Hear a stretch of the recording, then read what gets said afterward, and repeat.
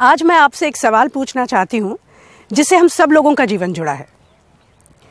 कौन से ऐसे प्रोफेशंस हैं जिनकी जीवन में हमें बार बार जरूरत पड़ती है? Doctor, teaching, social service. मैं फिर से पूछती हूँ, जरा सोच के बताइए, कौन सा ऐसा प्रोफेशन है जिससे विश्व के हर व्यक्ति का जीवन जुड़ा हुआ है? Politics, media, oxygen. चलिए मैं दूसरी तरह से पूछती हूँ, वो कौन सा ऐसा प्रोफेशन है जिसके बिना आप एक दिन भी नहीं जी सकते? हाउसवाइफ की सर्विसेज के बिना हम नहीं जी सकते। फिल्म इंडस्ट्रीज है, उसके बगैर तो आज के जीना मुश्किल है। WhatsApp, Twitter, Facebook.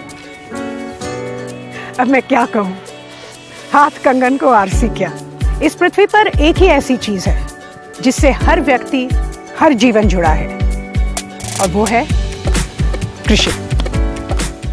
हमारी रोजमर्रा की जिंदगी में हमें डॉक्टर्स, लॉयर्स, इंजीनियर्स की कभी कभी जरूरत पड़ती है, लेकिन जिसकी हमें हर दिन, हर पल जरूरत पड़ती है वो है किसान।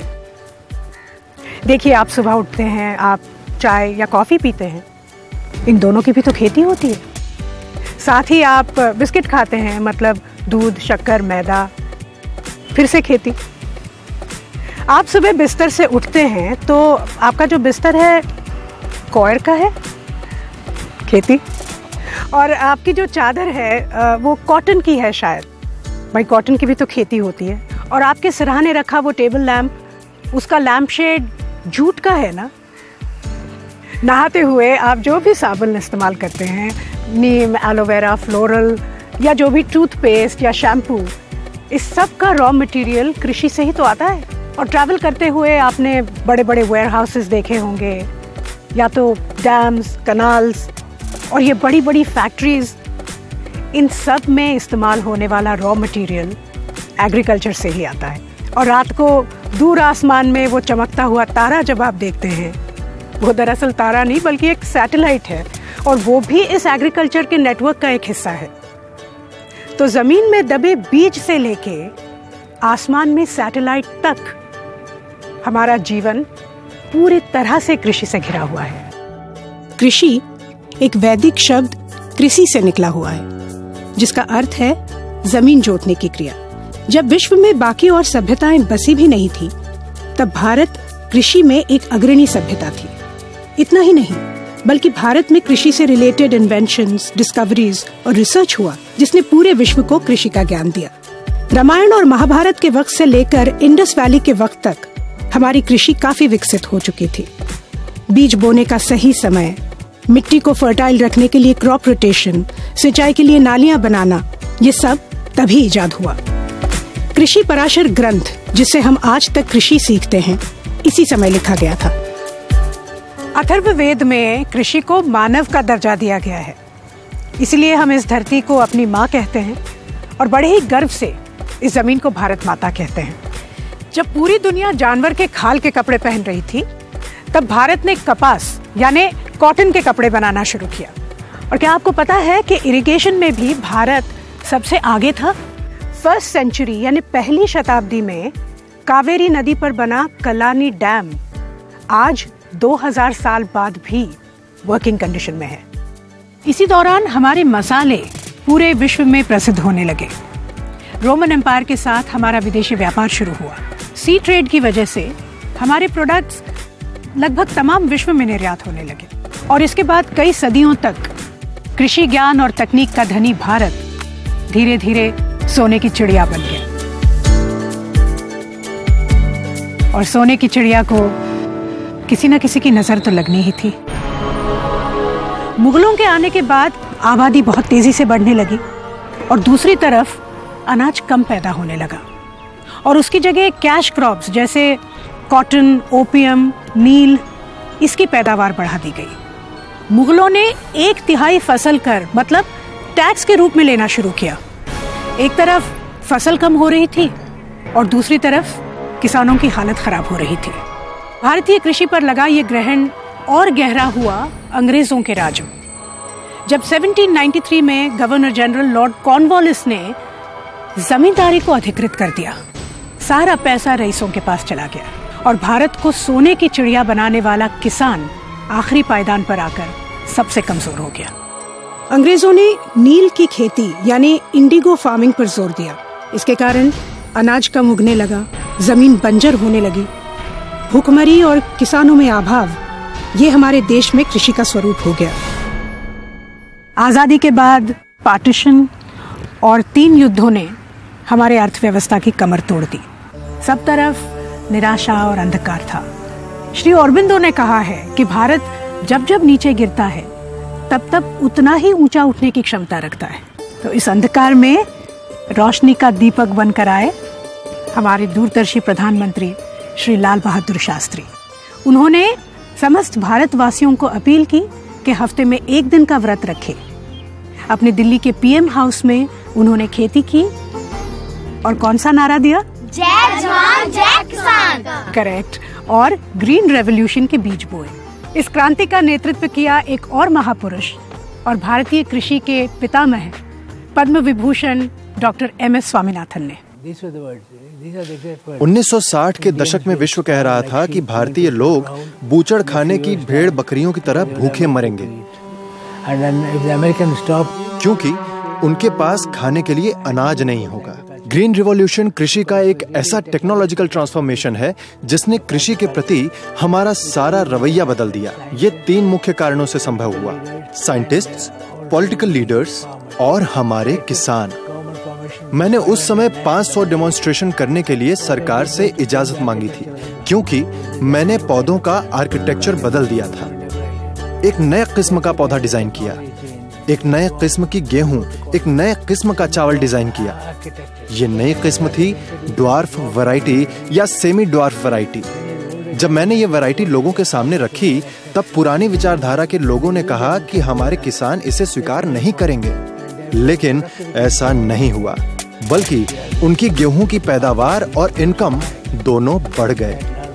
और इसके अगले साल इस बीज की डिमांड इतनी बढ़ गई कि प्रधानमंत्री शास्त्री जी ने मुझसे पूछा कि ऐसा क्या कर दिया है आपने जो इतना बड़ा चमत्कार हो गया है। मैंने कहा जो है आपके सामने है। 1968 में जब ग्रीन रिवॉल्यूशन का स्टैम्प रिलीज हुआ तब विश्व के प्रसिद्ध ऑथर फिलिप डॉल्बी ने मुझको खत लिखा और कहा कि मैं यकीन नहीं कर सकता कि 5 सालों में भारत की कृषि की सूरत इतनी बदल गई है। 1947 में 7 मिलियन टन से आज हम 110 मिलियन टन तक पहुंच गए हैं। ये एक बहुत बड़ी उपलब्धि है। 210 million tons now is a major jump. Green revolution से आई क्रांति की वजह से ही आज भारत अनाज प्रोडक्शन में विश्व में सबसे अग्रणी है। एक वो दिन था जब अंग्रेज हमें दाने दाने के लिए मोहताज छोड़ गए थे, और एक ये दिन है जब फूड ग्रेन प्रोडक्शन में भारत दूसरे नंबर पर है।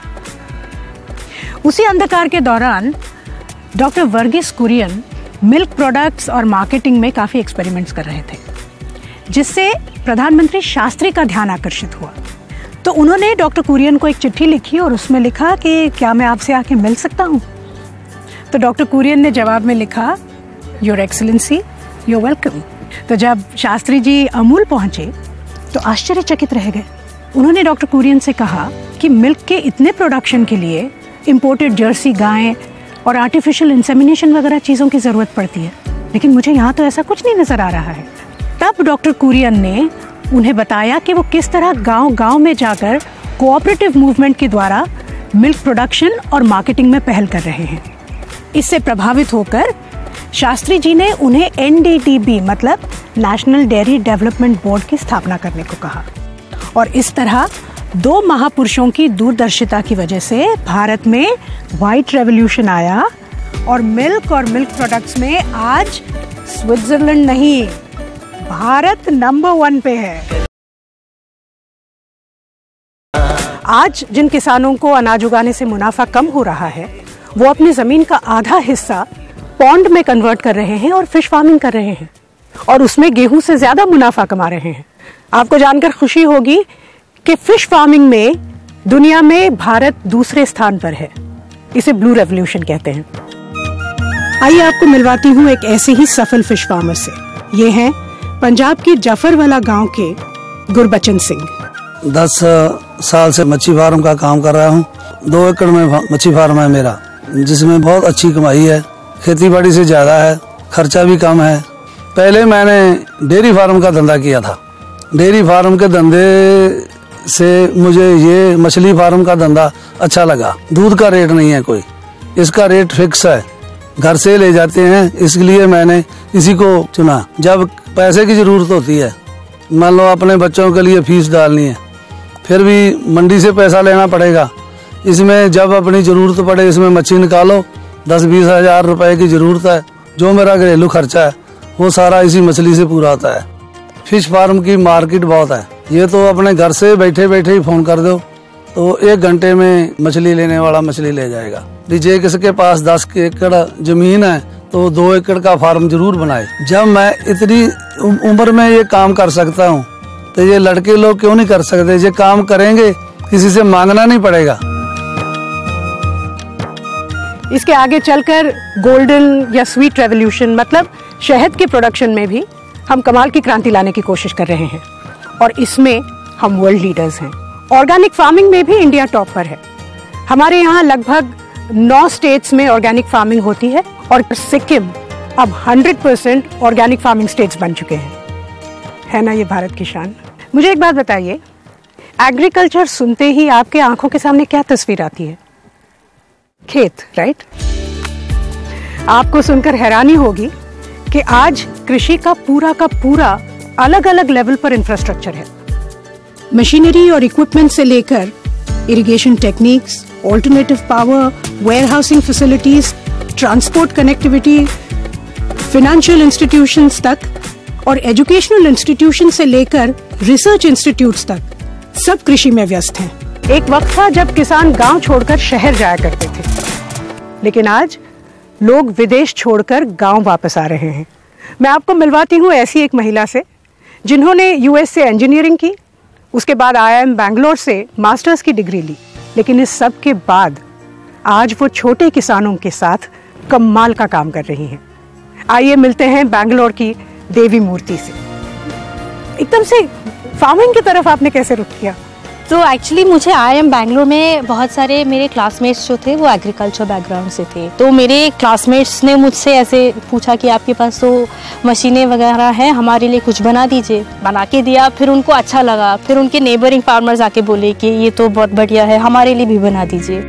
बहुत सारे फार्मर्स जो है स्मॉल फार्मिंग करते हैं, तो ये हमारे लिए इंडिया में एक चैलेंज है कि इसमें हम मशीनरी ज़्यादातर इस्तेमाल नहीं कर पा रहे हैं। और मशीनरी इसलिए चाहिए क्योंकि आजकल लेबर की बहुत प्रॉब्लम है एग्रीकल्चर में। ऑफ कोर्स कॉस्ट तो बढ़ती जा रही है बट अवेलेबिलिटी घटती जा रही है, जिसकी वजह से हमें लगा कि हमारा जो इंजीनियरिंग का बैकग्राउंड है इससे इनका कोई भला हो सकता है, तो इस वजह से शुरू किया हमने कमाल किसान।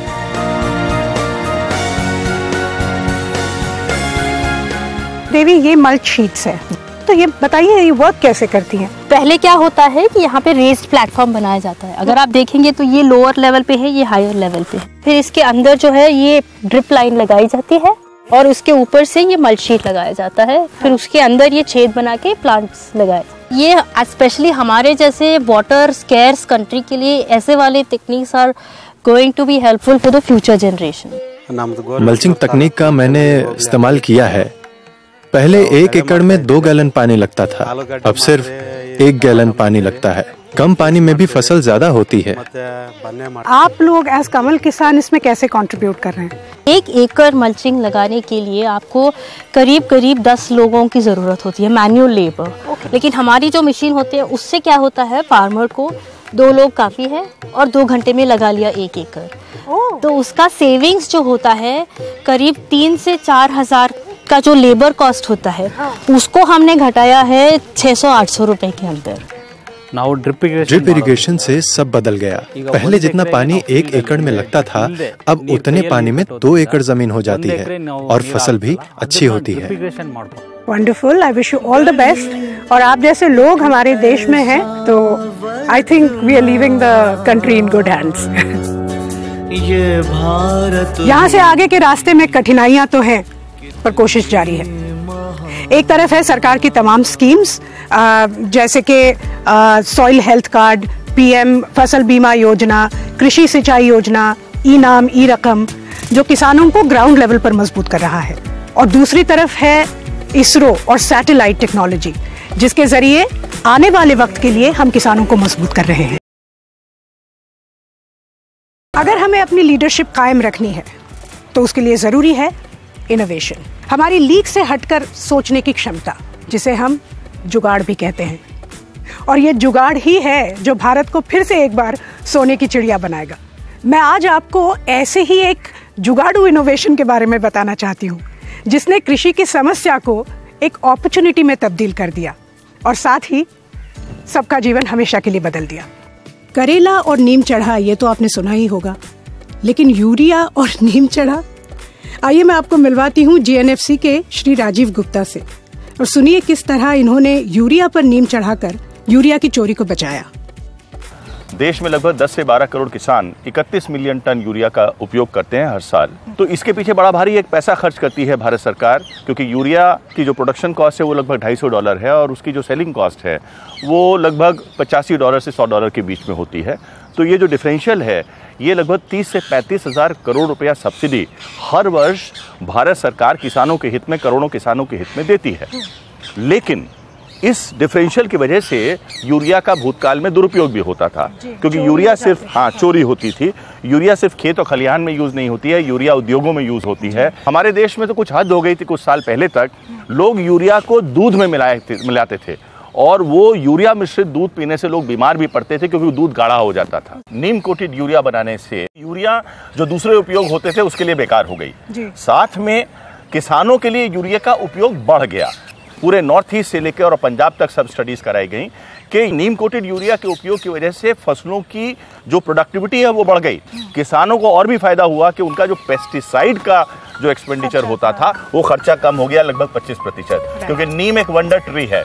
नीम एंटी पेस्टिसाइडल है, एंटी फंगल है। 31 मिलियन टन यूरिया, उसको अगर कोटिंग करना हम चाहते हैं तो 800 ग्राम प्रति टन के हिसाब से हमें लगभग 26,000 टन नीम ऑयल चाहिए। निबोली अगर इकट्ठी करनी है तो नीम का पेड़ यहाँ वहाँ हर जगह होता है, तो उसको इकट्ठा करने के लिए GNFC कंपनी में हमने गांव में हजारों ऐसी शाखाएं खोली, इनमें हमने महिलाओं को बड़ी मोटी तादाद में जोड़ा और महिलाओं के माध्यम से ये निबोली इकट्ठा करा के हमने नीम का तेल बनवाया। उससे आज तक लगभग 5.5-6 लाख महिलाओं को 50 करोड़ रुपए की इनकम हुई।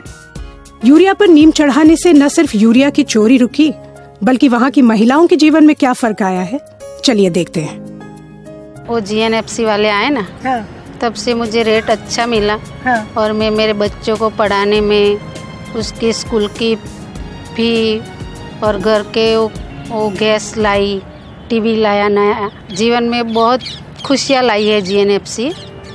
क्योंकि पहले हम जब लिंबोड़ी का काम करते थे तो 1-2 रुपये के रेट से बेचते थे और GNFC वाले मिले तब से 8-10 रुपये बिकने लगा है। मुझे तो बहुत गर्व हो रहा है कि मैं भी अपने घर में कुछ हूँ। मेरे पति मेरा कहा मानते हैं, सुनते हैं। मैं तो ऐसा करना चाहती हूँ जो मेरे जैसी कई औरतें हैं, सबको 11 महीने काम मिले।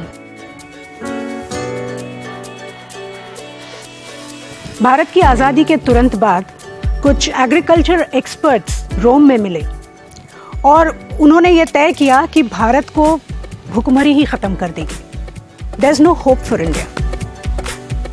लेकिन उन्हें जानकर आज शायद दुख होगा कि भारत के पास न सिर्फ सरप्लस अनाज है, बल्कि विश्व के कई गरीब देशों की हम मदद भी करते हैं। हम उनके अन्नदाता हैं। भारत के कृषि की कहानी उसी अन्नदाता के पराक्रम, साहस और सफलता की कहानी है। तो जो हमारा अन्नदाता है वो किसान, वो कहाँ होना चाहिए? हमारा किसान क्यों दुखी रहे? सूखे का कहर हमारा किसान अकेले क्यों सहे? अगली बार जब आप कोई प्रोडक्ट यूज करें और आपको अच्छा लगे तो एक बार सोचिए कि इसके पीछे कौन है, हमारा वो किसान। और ये भी सोचिए कि एक नए भारत के निर्माण के लिए हमें क्या करना चाहिए। अगर हम अपने बच्चों के जीवन में खुशी और समृद्धि देखना चाहते हैं तो हमारा सपना, हमारा लक्ष्य होना चाहिए उस किसान के बच्चे की हंसी, उसके परिवार की समृद्धि, क्योंकि जैसा अन्न वैसा मन।